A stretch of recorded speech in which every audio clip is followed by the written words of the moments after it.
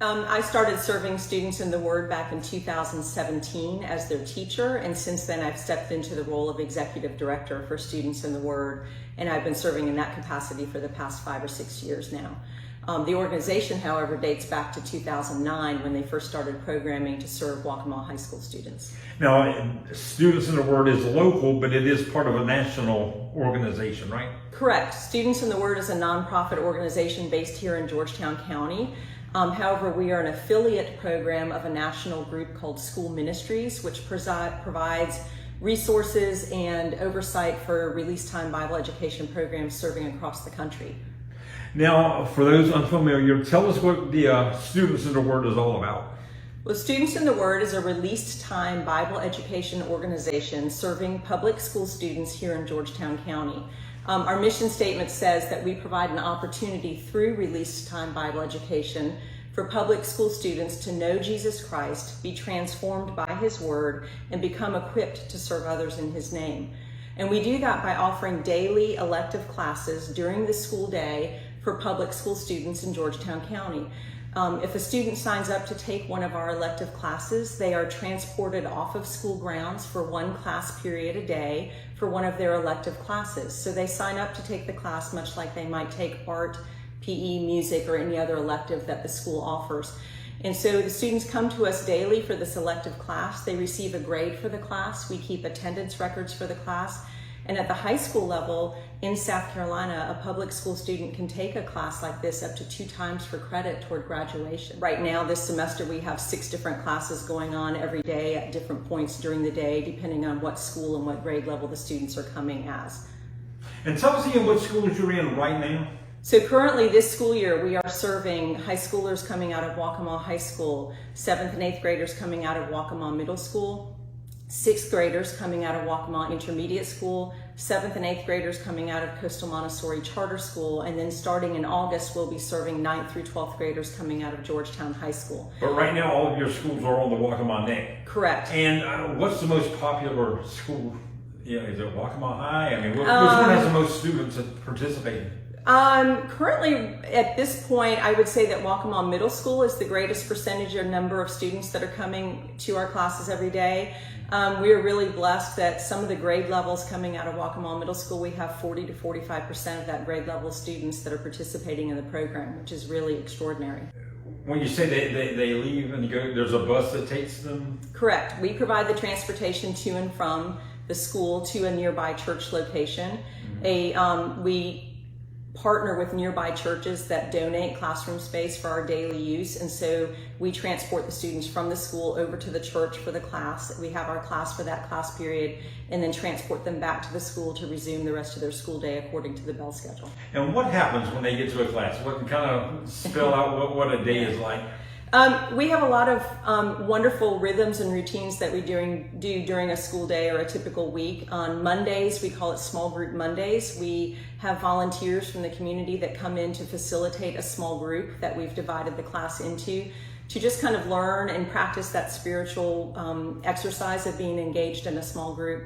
Tuesday, Wednesday, and Thursday, we call them our curriculum days. Each grade level has a different curriculum that we use for the purpose of teaching the class, so that we're delivering a consistent message across the board at all of our schools and all of our locations.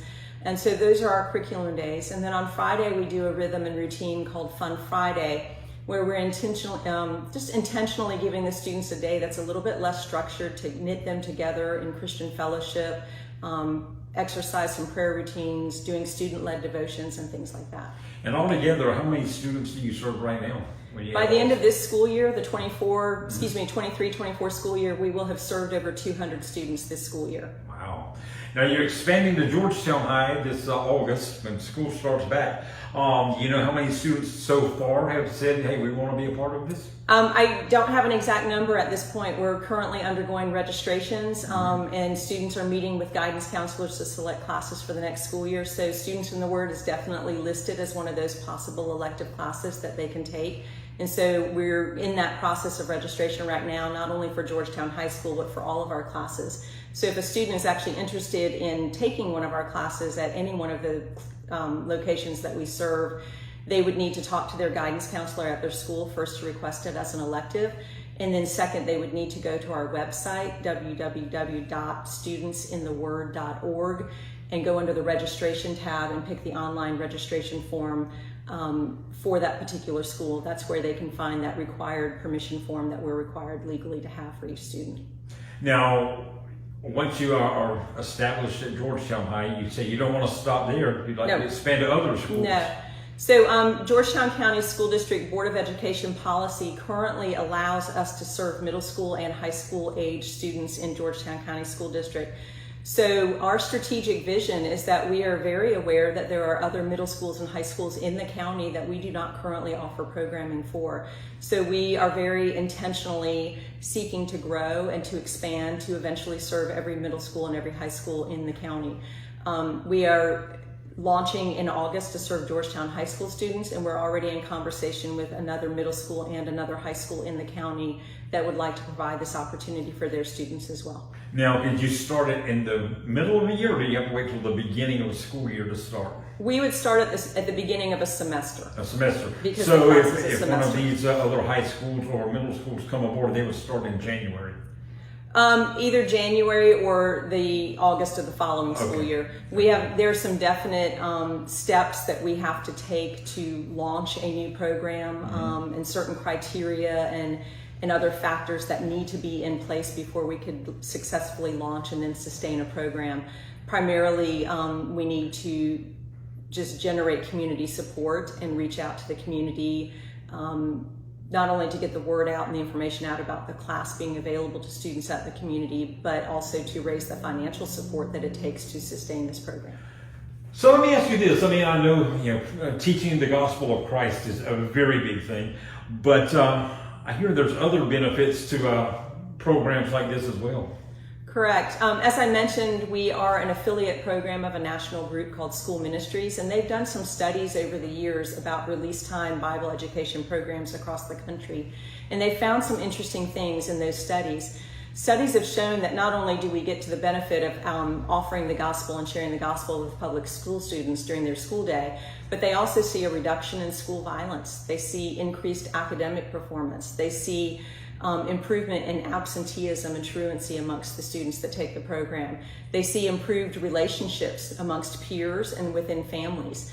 They see help with mental health issues and the like. So in addition to being able to share the gospel and provide hope to public school students, there are a lot of other benefits to a community to offer a program like this in the community. Across the country, these kind of programs do get some pushback from, whether it's atheist groups or whatever.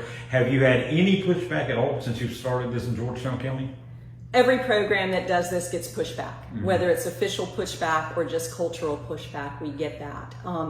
But as I mentioned, if we're operating within those legal boundaries and very much adhering and towing the line of those legal boundaries, it is absolutely a protected religious freedom in the United States and here in Georgetown County School District. Now, you also mentioned you get not one penny from taxpayers. Correct. For this to happen. You do rely on donations. You got a big fundraiser coming up, the Palmetto Giving Day. We do. Coming up in May. Tell us about that and how people can donate on Palmetto Giving Days.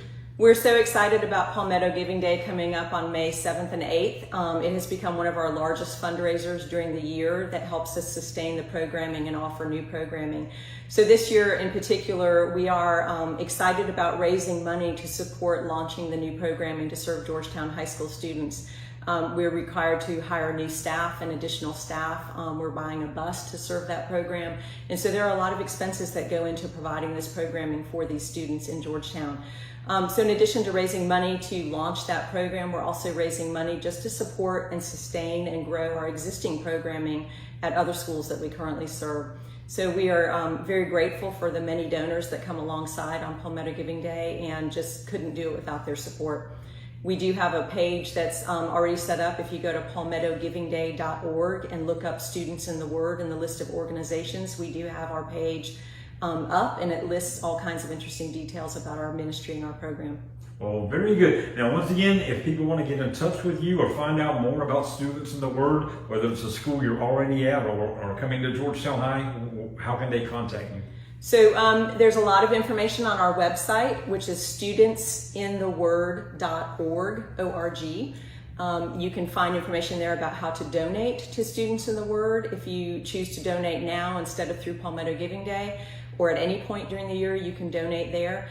You can find information about registering for our classes and filling out that required permission form that we need to have. You can find out about our teachers and our staff. You can find out about our board, and you can find out more information about release time Bible education in general.